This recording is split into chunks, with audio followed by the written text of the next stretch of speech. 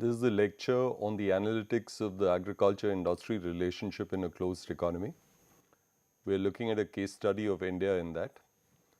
The lecture is divided into two parts. One is concerned with the theoretical models of agriculture-industry relationships.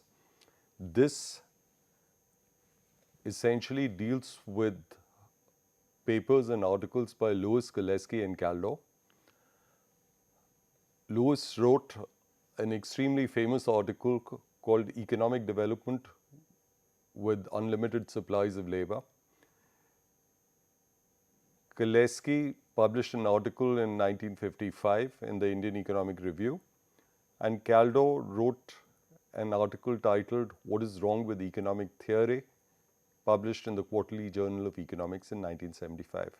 The other part of the lecture, which is not there in terms of slides, but I'll speak about it, is the experience of the Indian economy from the 60s to the 2000s in terms of the relationship between agriculture and industry.